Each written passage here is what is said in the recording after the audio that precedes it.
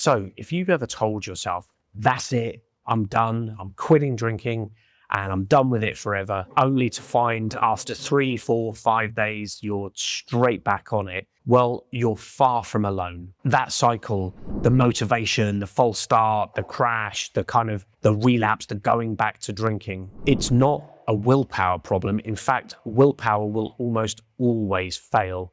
It's actually a wiring problem that you've got going on in your brain. And until you understand how that wiring system works and why you're doing what you're doing, you're kind of doomed to repeat the same cycle over and over and over again. And this is why you struggle. So stick around, because in this video, what we're going to do, we're going to go over all 3 phases of every kind of quitter's journey, if you like, when it comes to quitting alcohol.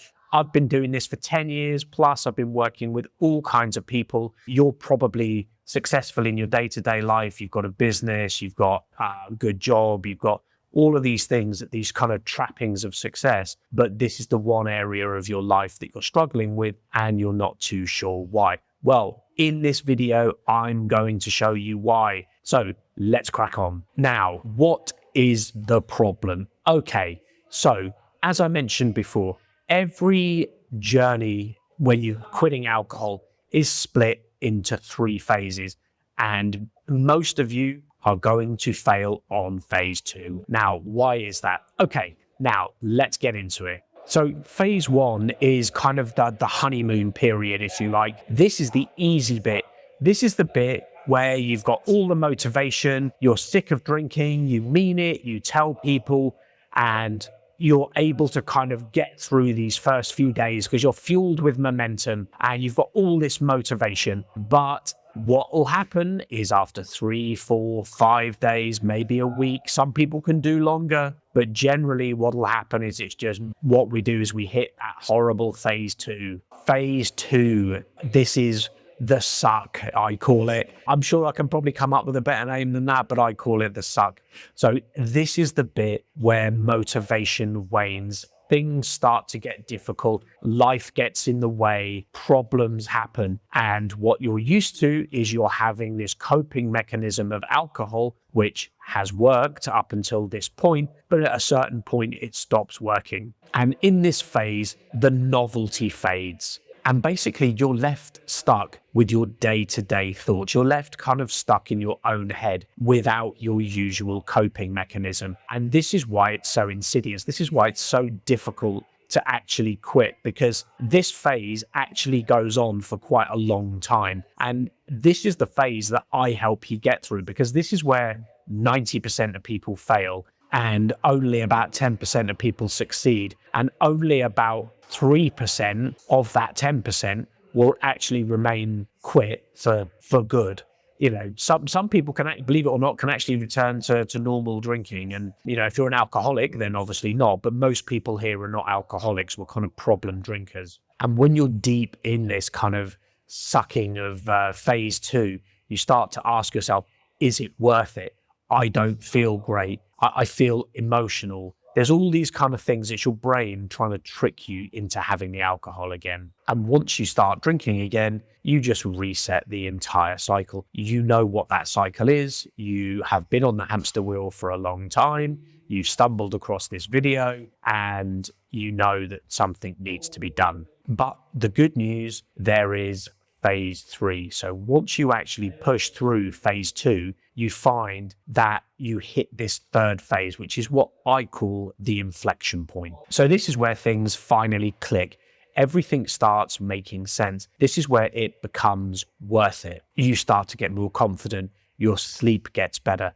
And what happens at this stage is whenever anyone thinks about their kind of alcohol journey, they imagine it as kind of linear progress, and that's not true at all. What happens is we have this kind of motivational phase, then we have the suck phase, which kind of takes you down into this trough. But then what happens, rather than it just leveling out and you kind of continuing on, we hit an inflection point, which is it goes up like that and people's lives just kind of skyrocket exponentially. It's a bit like when you're drinking, your life can go into the hole kind of exponentially. What the inflection point does is all of the positive things start compounding, and you notice that you start making more money in your business. You start getting better at your job. The promotions happen.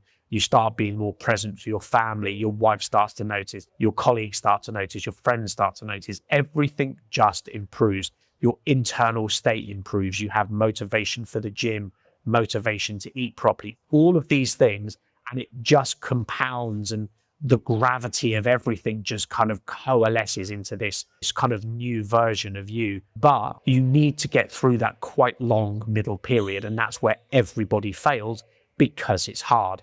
That's why I'm here. My job is to get you through that initial phase 2 period so that you can hit that inflection point. Because guess what? When you hit the inflection point, you don't need me anymore. You know, it's nice to have me in your corner, but you're able to self-motivate. And this is what the first 3 months of the program does, is I get you past that kind of suck phase so that the final 3 months you're at that inflection point and we're just stacking wins on top of each other. So if you like the sound of that, you can obviously click the link in the pinned comment. Also, I have channel memberships here. So if you want a kind of light version of that, you can get a channel membership, and we do webinars a couple of times a month, and you get all the videos a couple of days early and stuff like that. So if you fancy just dipping your toe in the water rather than kind of coming on the full program, you can do that. We can chat on the membership webinars and things. Now, what's happening with the brain and this whole kind of wiring that I alluded to in the intro is it's a dopamine system. So when you're drinking alcohol, you get a fire of dopamine, and that's your reward chemical. So it's no wonder that once you have a drink, you get the dopamine, your brain says, oh, we want to do more of that, because it's tied to, the reward system. And to give you some context, alcohol raises your dopamine to like 200 nanograms per deciliter. Cocaine will raise it to 250 nanograms per deciliter. So you can see that it's a biochemical reaction here. You're not some weak person for not being able to quit alcohol. It's kind of understandable, isn't it? But having said all of that, there is a cost of inaction as well. So you can continue along the same path, but the problem is this is a progressive thing, as we all know.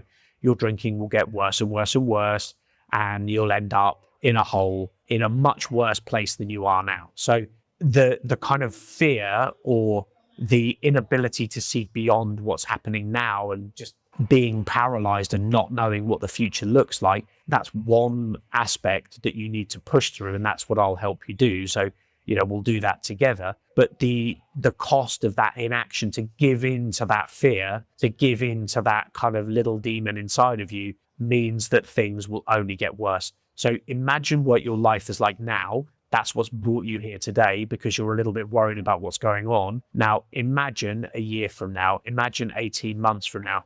Things are not going to magically get better. They can't. It's like, if you run a business, or if you manage people, generally people problems, they don't get better. They kind of get worse. This is the same. So that cost of inaction is actually very high. There's the opportunity cost of what you could be doing in the meantime. So all it is you're 3 months away from a kind of life-changing event, and you're 6 months away from being kind of free from this forever, able to pick and choose if you want to drink or not. So don't be that person. Don't be the person that every Monday morning after a heavy weekend, you're thinking, oh, I'm going to quit. Oh, I'll do it next week.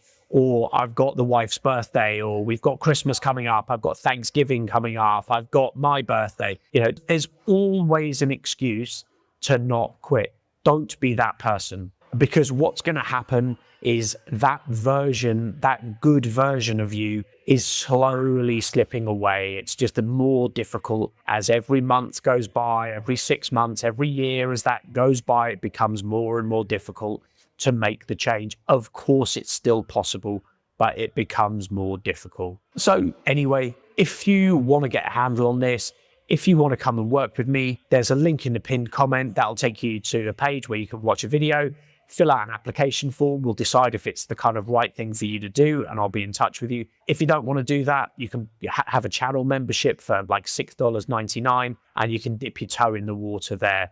But Now that you've watched this video, you understand what's going on. What I want you to do is I want you to watch this video here, because that will tell you how the alcohol industry has basically lied to all of us, you and me included, basically from birth. So give that a watch, and hopefully you'll get something out of that as well. All right, I'll see you in the next one.